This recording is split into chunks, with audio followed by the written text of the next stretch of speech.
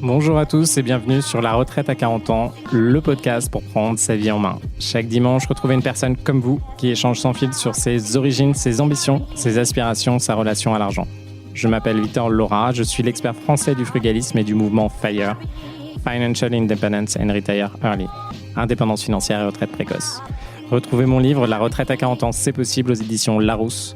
Pour rejoindre le mouvement FIRE, c'est sur devenirfrugaliste.com. Il y a une communauté, des workshops et des outils.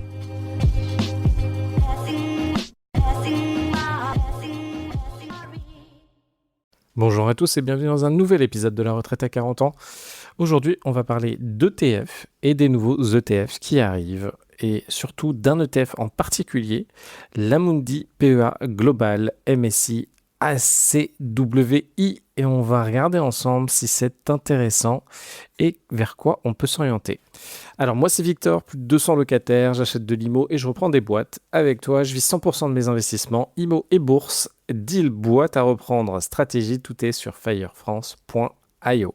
Alors on est parti, il y a une nouvelle annonce qui a fait pas mal bouger sur la sphère des investisseurs en bourse, c'est l'Amundi PEA Global MSCI ACWI, on va y arriver.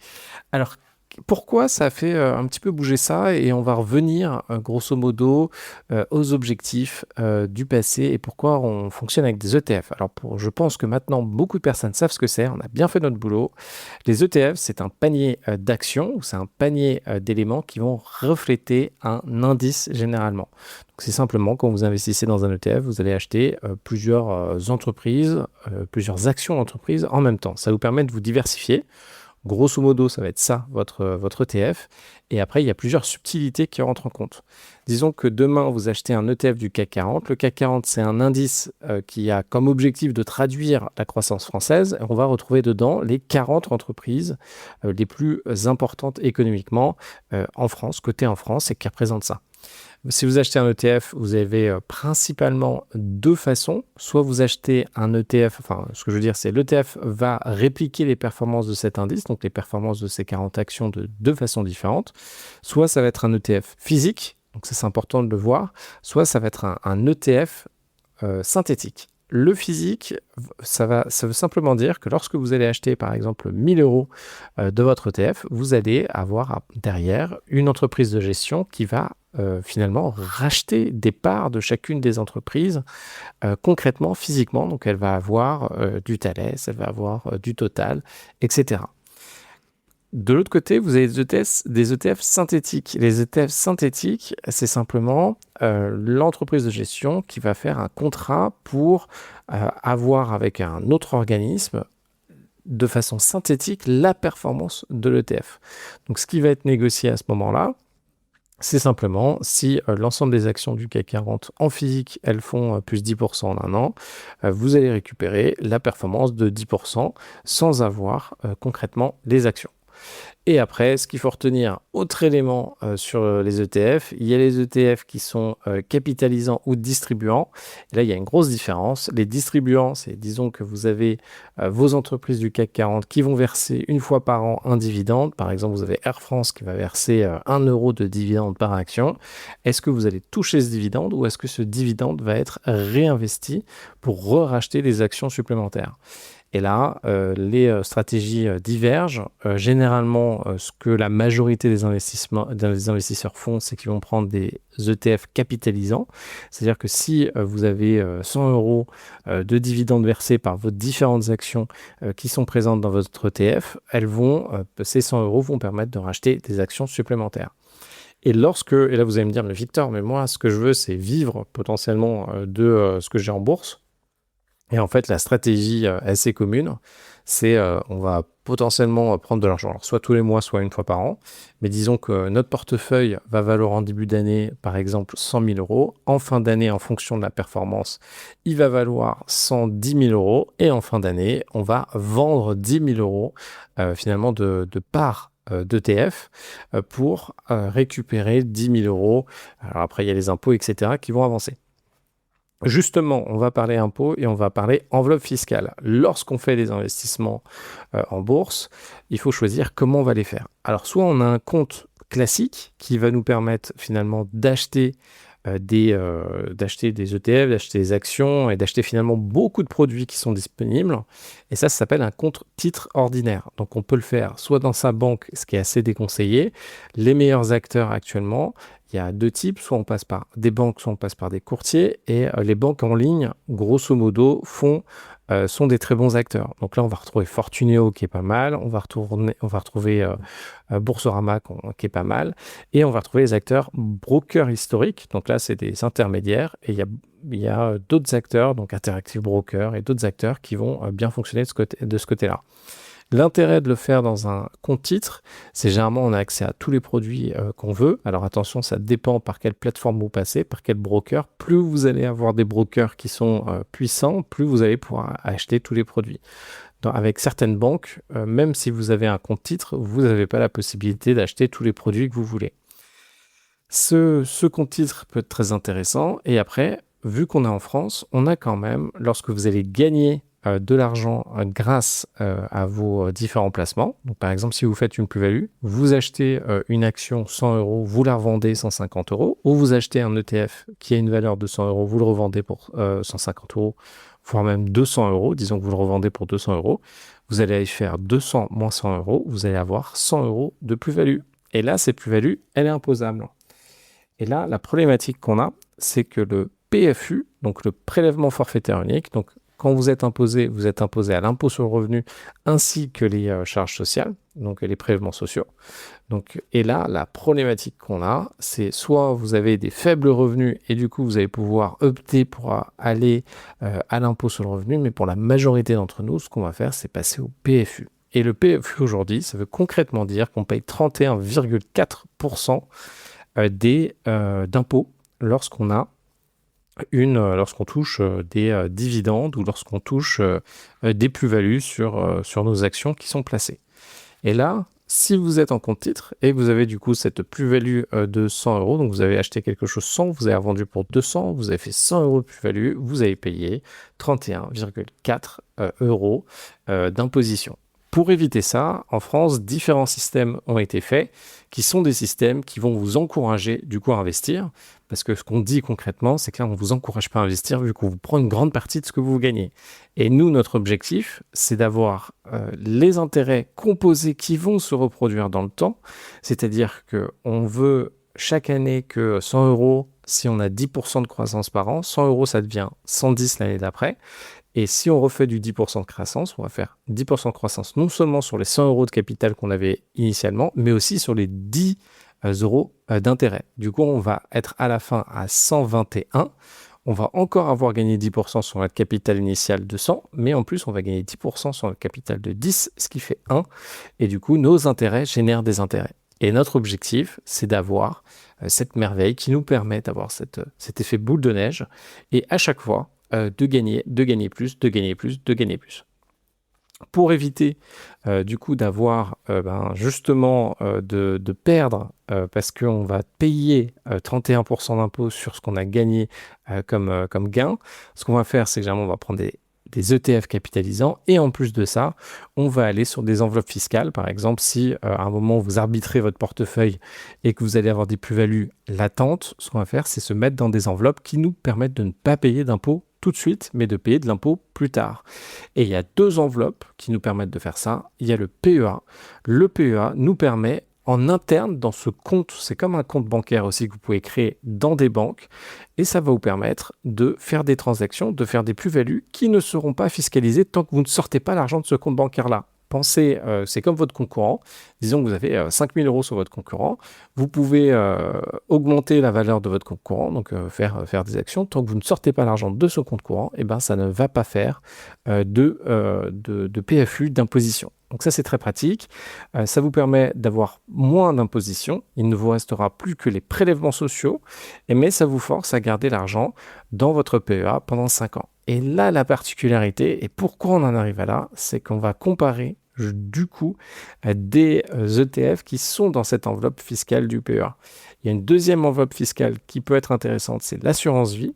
Alors généralement, l'assurance vie, c'est quand même moins intéressant que le PEA parce qu'il y a des frais annuels. Après, vous avez des nouvelles assurances vie qui fonctionnent plutôt bien. Et l'assurance vie vous permet d'avoir accès à d'autres types de placements qui ne sont pas éligibles au PEA, mais vous avez des solutions pour les avoir. Donc les assurances vie, c'est à peu près le même système que le PEA, mais là c'est avec un assureur. Et là, vous avez la possibilité de retirer vos fonds avec les prélèvements sociaux au bout de 8 ans. Sur les assurances vie, vous n'avez pas de plafond, et sur le PEA, vous avez un plafond sur le montant total de ce que vous pouvez mettre sur votre PEA. Et déjà, il faut l'atteindre pour avoir ce plafond-là.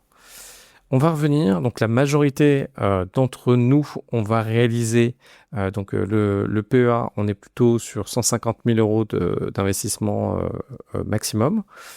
Et après, on a le PEA PME qui nous permet, si vous prenez des parts dans des startups, si vous prenez des parts dans des entreprises françaises, ça vous permet aussi de vous protéger contre ces fameuses plus-values. Et après, si vous avez aussi d'autres techniques pour des opérations de marchand aussi. Vous pouvez passer un peu à PME. En fait, il y a plein de choses que vous pouvez optimiser. Donc nous, dans notre cas, généralement, quand on commence à faire des investissements en bourse, on va plutôt aller sur le PEA. Et c'est pour ça qu'on va regarder des ETF qui sont éligibles au PEA. Et là, il y a un premier problème qui se pose. Lorsque vous êtes dans le PEA, c'est le plan épargne action. Il n'est censé pouvoir faire des investissements qu'en Europe. Et ça, c'est un gros sujet qui risque de changer à l'avenir et qui risque de détruire un petit peu le PEA. Et nous, vous avez bien compris, on va investir dans globalement de l'ETF Monde ou du S&P 500 qui sont composés principalement d'actions américaines. Comment on fait du coup pour pouvoir faire des investissements dans les actions américaines? Eh bien, on va simplement utiliser le système dont je vous ai parlé tout à l'heure, le synthétique. Le synthétique, c'est-à-dire que finalement, on va acheter la performance d'un ETF Monde, mais on ne va pas réellement détenir les actions américaines, donc ça fonctionne.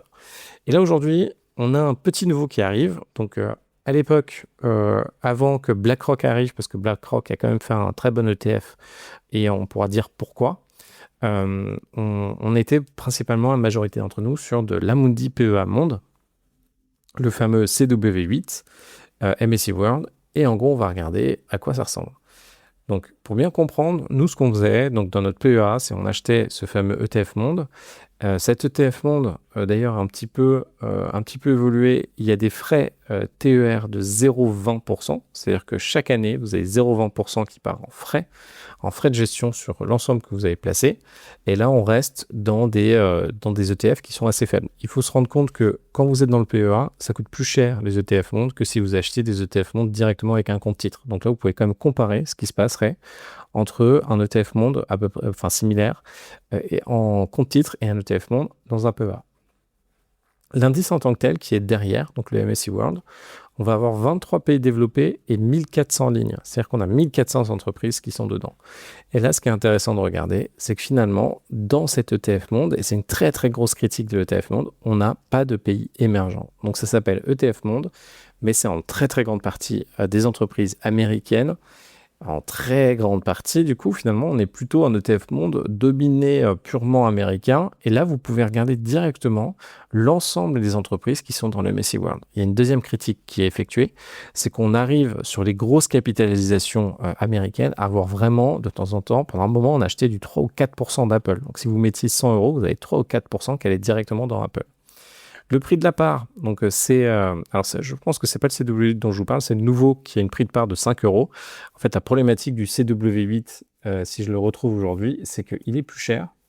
Et surtout, le prix de la part est à 686 euros. Donc, moi, quand j'ai commencé, c'était dans les 200, voire 300 euros. Et maintenant, on est à 686 euros. Ça fait beaucoup la part.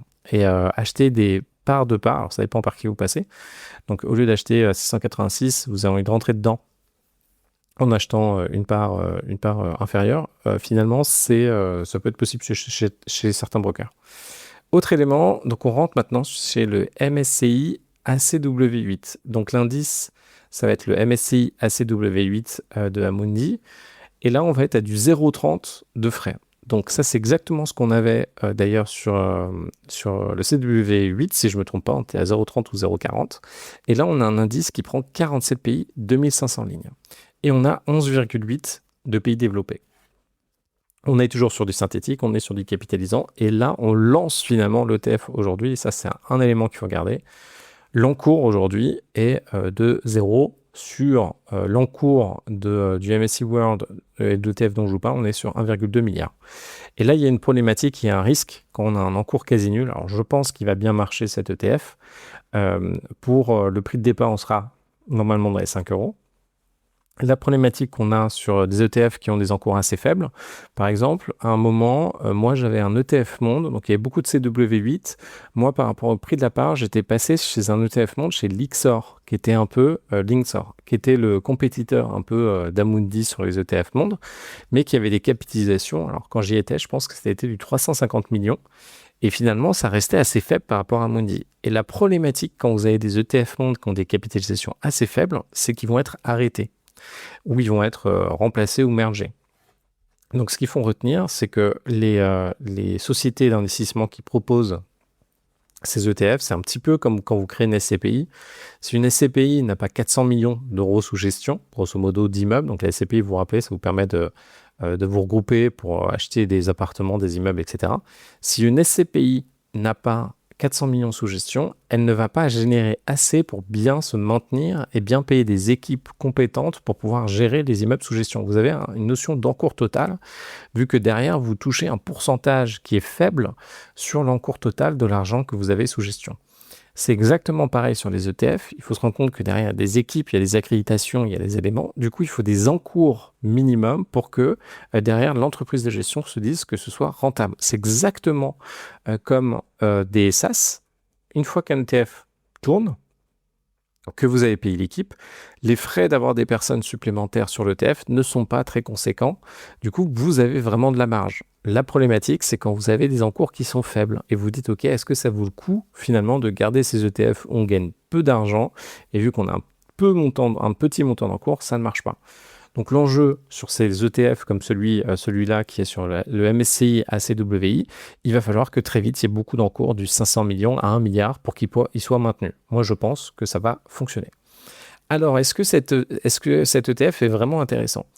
Finalement, quand on regarde cet ETF, déjà on évolue plus vers un ETF monde, donc ça on peut dire que c'est intéressant, mais on a une répartition dans les pays émergents, on est dans du 12%, 11,8%. Donc finalement, est-ce que ça vaut vraiment le coup, cet ETF? Je ne sais pas trop. On est un petit peu plus exposé sur le monde de façon générale. On a des frais qui sont de 0,10. On pense que c'est pas beaucoup, mais en réalité, sur un gros capital sur 20 ans, je vous invite à faire les calculs, ça peut être important.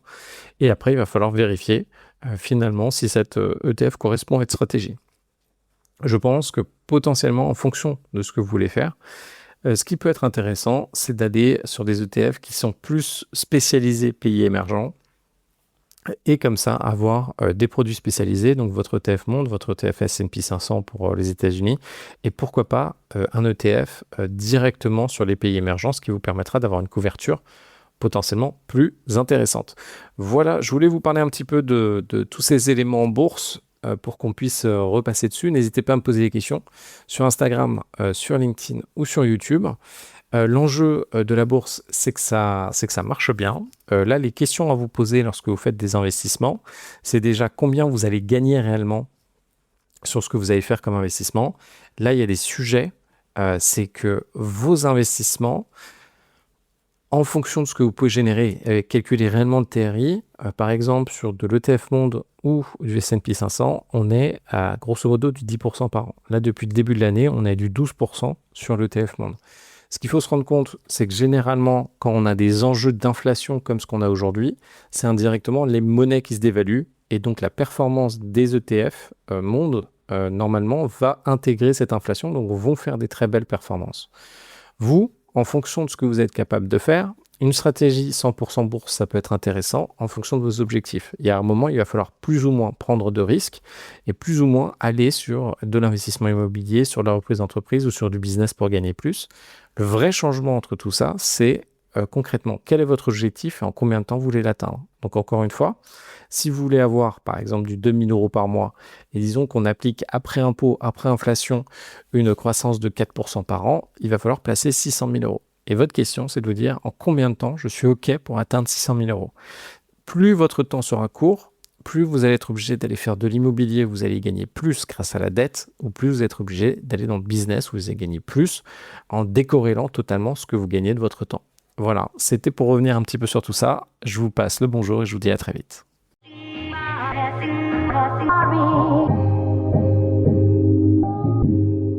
Vous venez d'écouter un épisode de La Retraite à 40 ans. N'hésitez pas à en parler autour de vous, à vous abonner, à rajouter 5 étoiles et à mettre un petit commentaire. Ça nous aide vraiment beaucoup. Pour être informé des nouveautés, rendez-vous sur devenirfrugaliste.com. Une question, je réponds sur LinkedIn, Victor Lora, Lora. Et surtout, n'oubliez pas, vous êtes déjà au top. À très vite.